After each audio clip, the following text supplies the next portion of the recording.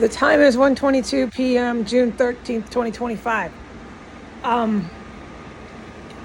Just to recap, we need to put a title to it to have any of this make logical sense. I get a green light. It's okay. All right, so we're just going to recap what I have told the public, okay? Ever since 2017, the first and this present Donald Trump administration, executive staff, whoever they want to put into whatever bureaucratic office, etc., etc. When they want to appoint into a certain position, etc., etc. Since 2017 has been ordered by the country of Saudi Arabia, by the country of Iran, out of Tehran, and by Vladimir Putin.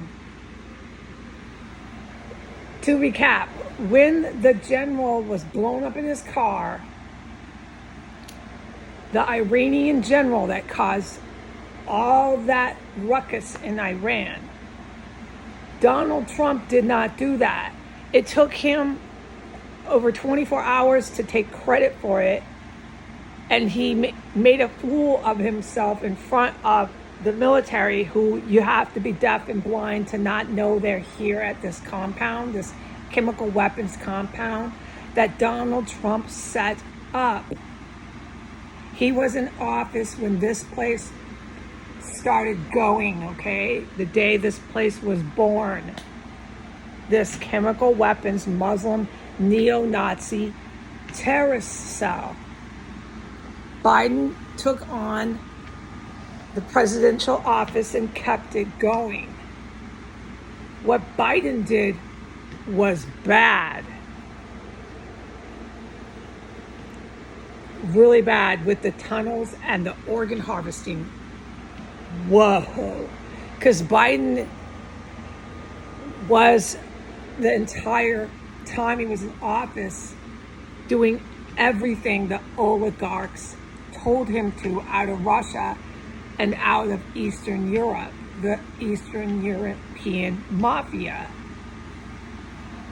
Everything, which is white supremacists. So anybody who's Jewish over there, Zelensky, he works for white supremacists. Okay, so the intelligence agents, the good guys, some gals, they don't need me to tell the public this anymore. We're recapping. I've told you this year after year, and it's obvious with what you read on the paper. You've got criminal, violent terrorists put into government positions. As the clock ticks, what's going to be proven, if not arrested, which they have not been arrested, is what they are. And so nobody wonders about Zelensky. Nobody wonders about the president of South Africa. Just basic stuff. Nobody's wondering anymore. It's obvious what they're all about. Nobody wonders about Netanyahu or the Saudi Arabian royals. They're obviously fucking terrorists, Muslim Arabic terrorists. It's so obvious, right? Yeah, okay. Nobody wonders about Trump and who he's really a loyalist to. Nobody wonders about Biden and who he was really a loyalist to. All and everything to do with Putin, and Ukraine. Everything to do with white power. Nothing else. And who was Biden buddy with?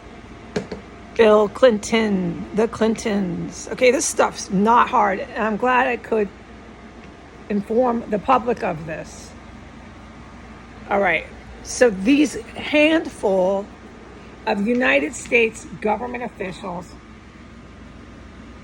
have been pulling the strings. Okay? You get it. It's clear. No one's questioning that.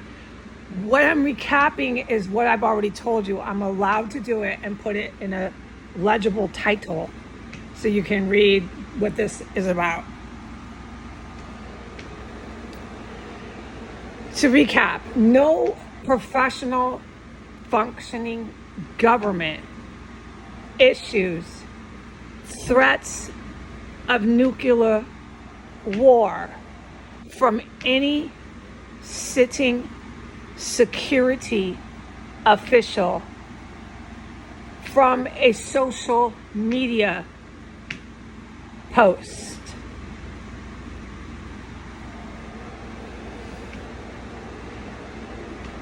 Anyone hearing this knows that's true.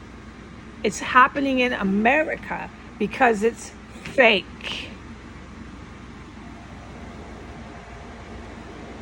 I'm not allowed to put up any news headlines. You'll have to look it up. It's the one that got appointed. She's female. She wears fake eyelashes and her hair, makeup, everything, right? She's taken some security top head job, and she just put out a social media video like I do. Remember, I'm trapped in a terror cell with like $1 in my bank account. I have like no money. She put out a social media post on Twitter, acting as a government headline of nuclear holocaust threat. Millions of potential lives lost through a nuclear weapon of mass destruction threat has been posted on the behalf of the United States government from Twitter. Does that sound like a functioning or even real government memoranda? You're scratching your head going, why is it on Twitter? Thank you very much. I need to say no more. All right, so here's the deal, folks. To recap, yeah, we're looking at that. We've been looking at that for 7 years. I'm the one, my name is behind it and my face. For 7 years, you've known me. I've been telling you, it's on the table. It's pretty bad. And who are the evil people doing it? The U.S. evil military, Vladimir Putin's former Russian military, and the Japanese freaking military, along with a handful of Iranians. They're out of Tehran, but they don't like the Ayatollah. All right, they don't like him no more. They're the people who are religiously driven Muslim terrorists, and they're just going to blow him up in the car as he's going down the road, going, boom. There goes the Ayatollah. They're very fucking dangerous, and they gas this whole block, and they have no problem, this group of evil men, of doing worse than that. We are recapping.